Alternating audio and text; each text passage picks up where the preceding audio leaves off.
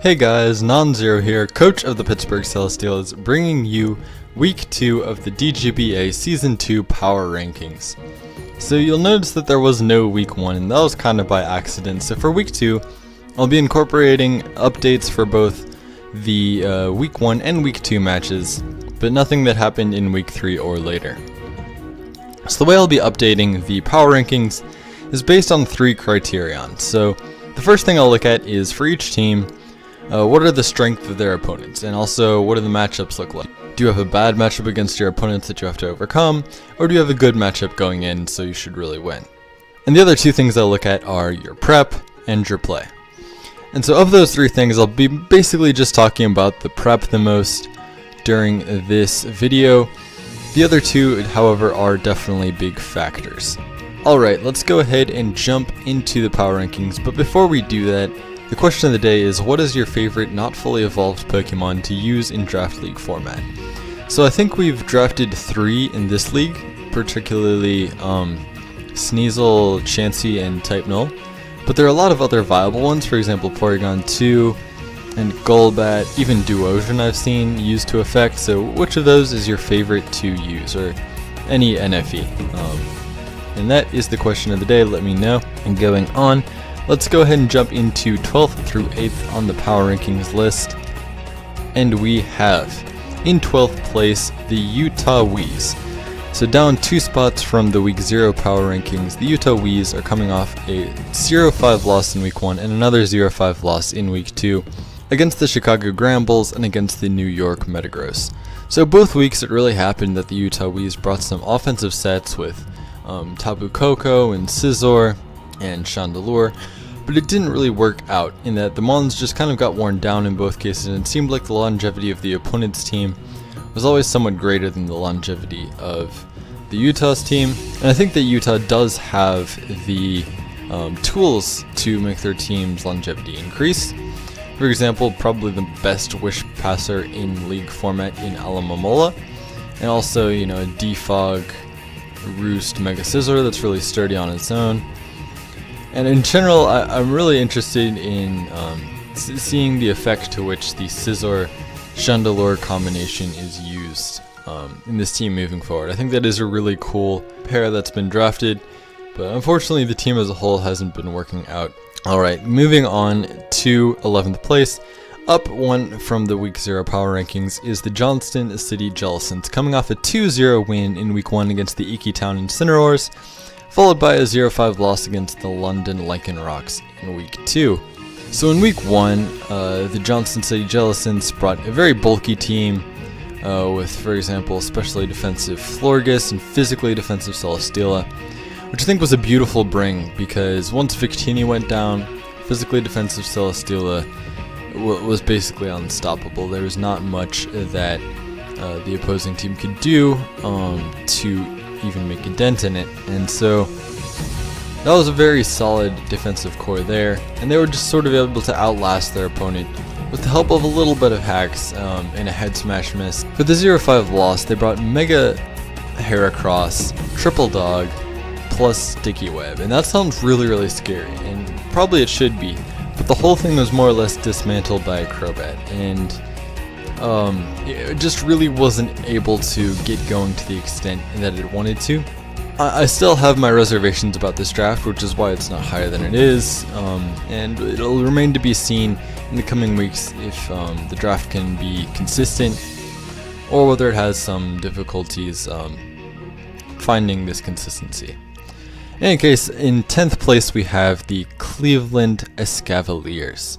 So the Cleveland Escavaliers are coming off a 2-0 win against the London Lycanrocs in Week 1, and a 0-4 loss against the Arizona Arcanines in Week 2. So the 2-0 win, this was a well-fought match. The entire time, I believe the Escavaliers were working towards a Bandit Infernape sweep at the end, and that's exactly what they got. And they were able to impose a situation where Bandit Infernape could just clean up in the end. Week 2, though, was a little bit strange. I felt there were 4 choice mons brought that day, and there was just really nothing for Zard Y, which was sort of obviously the biggest threat on the opponent's team. And so there really just wasn't much they could do in that match in terms of counterplay. So that was a match that I think was almost just lost on prep. Of course, there could be some ways of counterplay that I missed, but in any case, let's go ahead and move on to 9th place. Dropping down 7 spots from the Week 0 power rankings is going to be the London Arsenals.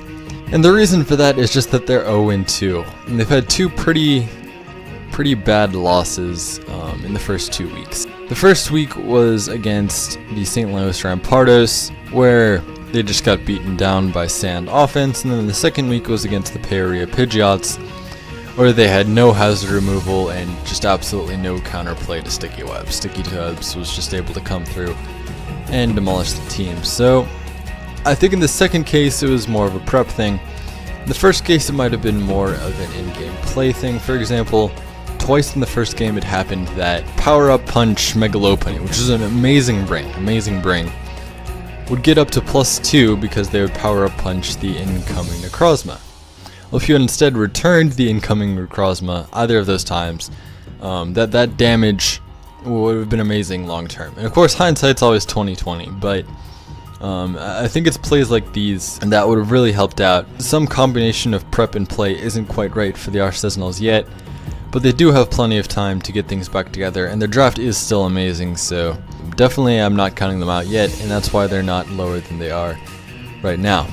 Moving on to 8th place is going to be the Chicago Ground Bulls, down just 1 place from where they were after Week 0. In Week 1 they had a nice 5-0 win against the Utah Wees, in which the defensive core of Gliscor, Mega Venusaur, and Tapu Fini was just almost impossible to break through for the Utah team, and more or less just came through and led to a very clean high differential win. In Week 2, however, it really felt like the team was underprepared for Mega Beedrill, because the only natural answer to Mega Beedrill on the team was Gliscor, and Gliscor went down pretty early, and so Mega Beedrill was able to clean up with relative ease once it got in safely. And so that I think was just more of a deal of needing to have better countermeasures to the Mega Beedrill. And so that's going to be the 12th through the 8th place on the power rankings. Moving on to the 7th place team, we've got yours truly, the Pittsburgh Celesteals. And so I think that my prep in particular, both my prep and my play have been somewhat subpar, which is why I did move down 3 places from where I was after Week 0. In particular, my hard switch into Ferrothorn, my hard switch of Tapu Bulu into Ferrothorn, was a play that I still don't quite understand why I made that. But let's just say it was a suboptimal play. And my prep too could have used some work, because having 2 Mons without attacks just made me so susceptible to Taunt Darkrai, which by the way was an amazing bring by the New York Metagross. Week 1 when I went 0-4, and then Week 2 against the St. Louis Rampardos, I almost just got absolutely decimated by a really great Tyranitar set. I did bring Reflect type Latios there, the idea of just countering Excadrill, because Sand Rush Excadrill can't really touch outside of Brick Break, which isn't doing that much, a Reflect type levitating Latios. So that was my idea there. It ended up almost working against me, because after I Reflect typed against the Tyranitar, I was almost just O-code by Brick Break. But in the end, bulky Tapu Bulu ended up showing its worth in that match. And in general, I think I do need to get it together if I want a good shot at even making playoffs, because right now with a poor differential and sort of very shaky prep, I'm pretty vulnerable. Moving on to 6th place, we have the Arizona Arcanines, moving up 5 spots from the Week 0 rankings, and the Arcanines are coming off a 0-1 loss in Week 1 to the Paria Pidgeots. A very, very haxy match, that one, for both sides really. A Hurricane hitting the sun, a Hurricane, full confusion, hit yourself in confusion, that type of thing. A Stone Edge miss on the other side. That reminded me, and I don't know if you guys have seen this at all, but of the match between the Toronto Togekiss and the South Beach Slowkings a couple of seasons ago in the GBA. If you haven't seen that match, it's kind of a legendary one in that if I ever get hacked, for example, I'll just go rewatch the end of that match and remember it's not as bad as it could be. But in any case, in week 2, the Arcanines brought a really solid offensive team that was just able to apply a lot of pressure to the Cleveland Cavaliers squad, and in particular Charizard Y just basically nabbed a kill every time it came in. So that was a relatively clean 4-0 win there. Just some really solid brings on the part of the Arcanines in that week. And moving on to 5th place is going to be the Iki Town Incineroars. The Iki Town Incineroars had a 0-2 loss against the Johnson City Jellicents in week 1, but then a 3-0 win against the Chicago Grand Bulls in week 2. And I've already discussed both of these matches before. In week 1, they experienced some kind of really unfortunate hacks. They didn't have so much counterplay against the Celesteela, so they did bring a pretty cool lure, which is Choice Band, Head Smash, Donphan, which if the Celesteela is standard, so it's like mixed defenses or especially defensive or something like this, then it would have been doing a solid 60, probably 70 and above %. Even physically defensive Celesteela, it does about 50 and can 2-hit KO with leftovers.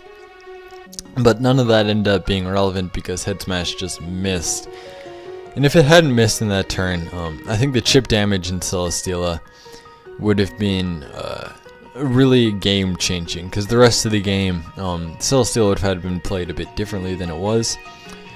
But in any case, that's sort of the double-edged sword that Hit Smash is, because I've used a Choice Band Hit Smash on Relicanth, for example, in VGC, and it's just one of those things where when it misses, there's nothing you can do. It's the game we play. But when it hits hard. Week 2, it was just some solid prep. Serena was a great bring, able to neutralize the Gliscor and take it out. And after that, Mega Beedrill was just absolute monster for the Chicago Grand Bulls to deal with. One other thing I'll mention about that match is that I really like the Victini set, and I hope that particular Victini set can put in work at some point this draft. That would be amazing to see. In any case, let's go ahead and move on to 4th place, which is going to be the St. Louis Rampardos, moving down 3 spots from when they were after the Week 0 rankings. They're coming off a 4-0 win against the London Arsenals, and then a 0-2 loss against yours truly. In the first match, it was a relatively smooth win with just some sand offense, a very solid bring in T-Wave Silvally Dark, because Mega Lopunny is one of the main switch-ins to Silvally Dark, and having that thing paralyzed just makes it so much less of a threat, because it goes from outspeeding everything and, you know, having solid neutral coverage to hit everything. Suddenly now it's just this really slow thing. It's relatively frail, so it's easy to revenge kill. That's why I really loved T-Wave in that match, and it put in the work. It was able to neutralize Mega Lopunny. Mega Lopunny wishing at that point that it still had Limber, but of course it doesn't. It has Scrappy, and that was basically that match. And in week 2 against me, they did bring the amazing T-Tar set. I really love that T-Tar set, and it almost swept through my entire team. T-Tar with Rock Slide, Weakness Poly, Rock Polish set, with Brick Break as well, a really cool bring. I enjoy in general how the Rampardos are using their Tyranitar. I like that they made it their Zmon, and I think that there are definitely a lot of things that can be done with Tyranitar. Often in Draft League format, you only see it as like a standard sand setter, but it can definitely be used in a lot of creative and different ways, and so looking forward to seeing how that is happening the rest of the season. So finally, the top 3. You know by process of elimination who these guys are, But do you know their order? Maybe you do, maybe you don't. But in any case, let's go ahead and check them out. And in third place, we have the Paeria Pidgeots, moving up 6 places from the Week 0 rankings. What can I say? They're 2-0. Yes, the first week was a bit of a Haxie match, but it was of course hacks both ways, and if the Landorus had hit the Stone Edge, then it's an entirely different game. But week 2, they just completely steamrolled the London Arsenals with sticky webs and bulky mons like Kyurem Black and Volcanion.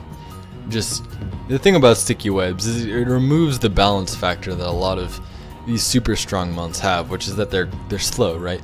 After sticky webs, that's no longer the case.